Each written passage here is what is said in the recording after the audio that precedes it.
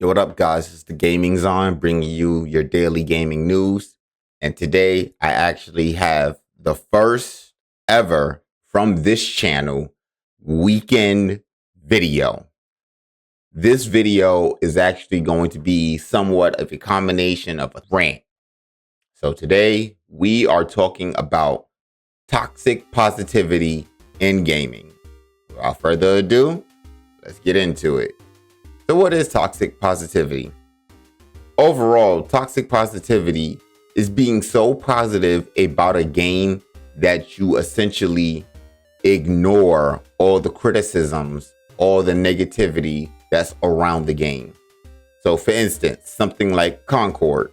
When Concord was released, a lot of people did not like Concord. I'm sure most of you already know that. There were people out there trying to convince you and tell you that Concord is a great game. Concord is going to be the next big thing. Well, clearly that didn't happen. Not only did that not happen, there were still people after the shutdown and closing of the game. There were still people out there trying to tell you that you were wrong for having Concord fail, or that everybody who said anything negative or bad about Concord, this is the reason why Concord failed.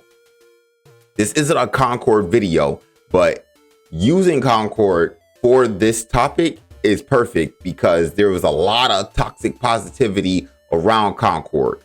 A lot of people didn't like the character models, but there was a lot of convincing or attempt of convincing to try to make you see that these characters are great in design, great in personality, or whatever the hell they try to convince you of about the Concord characters. To be honest, I really don't know because I really wasn't paying attention too much to it. The fact of the matter is, when it comes to certain games in the gaming space, there are a lot of people who will say that it's good just because they want access.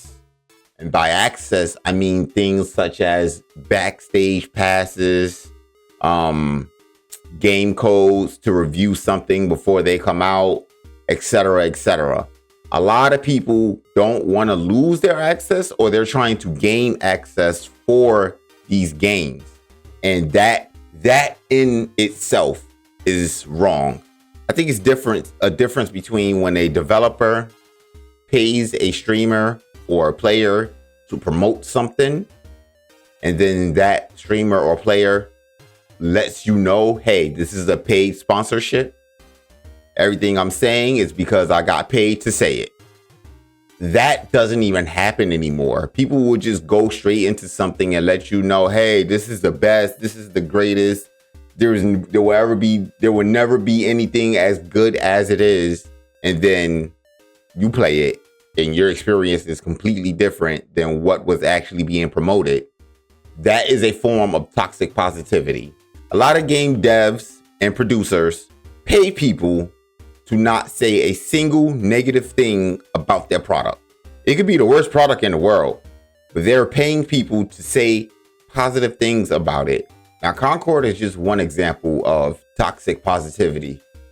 Me being a FromSoft fanboy, there's a lot of toxic positivity when it comes to Elden Ring. And again, I think Elden Ring is possibly the greatest game, one of the greatest games ever created. However, I'm well aware that Elden Ring has its ups and its downs. It is not the perfect game, no matter how much I think it is.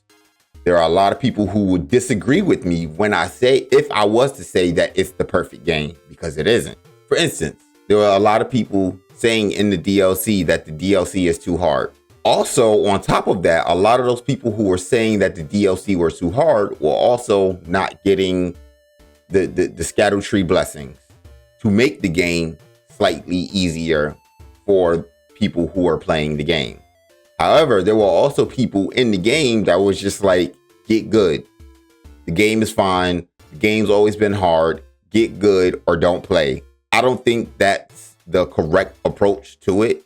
Now, if we're joking and someone be like, oh, I'm constantly getting my butt whooped and I need help, then yeah, I'll be like, get good. But if it's a real criticism that you have about the game, Let's talk about it, right? Let's figure out of how we can make this better. Let's figure out how, when Elden Ring 2 comes out, no confirmation, I'm just throwing something out there. When Elden Ring 2 comes out, let's fix the issues of the previous Elden Ring game. Because Elden Ring does have issues that can be fixed. A lot of the times we don't make it that far because anytime you say something even slightly bad about the game or any game, there's people out there calling you all types of things. I'm not going to get into the wordage that they use, but you get called a bunch of names just for disagreeing with someone. I've been blocked plenty of times for just disagreeing with someone about a game or the knowledge around the game or anything relative in that area. Toxic positivity is a real bad thing in the gaming space because the longer we keep going with it, the more worse the products are going to be that keeps coming out. Because no one is criticizing games anymore, which means if you don't criticize the game, how are the developers or the producers of the game supposed to know that their game is bad or that there's something in the game that needs to be fixed if everyone is being shunned for even saying something criticizing the game? All in all, the point of this video is to say that the toxic positivity in gaming is getting rampant. I do wish that at some point we could get back to criticizing games without it being called a negative thing. I do wish at some point we could all get back to sharing our own opinions without being attacked for them. But until then, keep gaming, keep being great. And that's all that I have for you guys today. If you like what you heard, please like the video. If you didn't like what you heard, dislike the video. It's cool. It's cool. I am the Gaming Zon, and I will talk to you guys on Monday. Peace.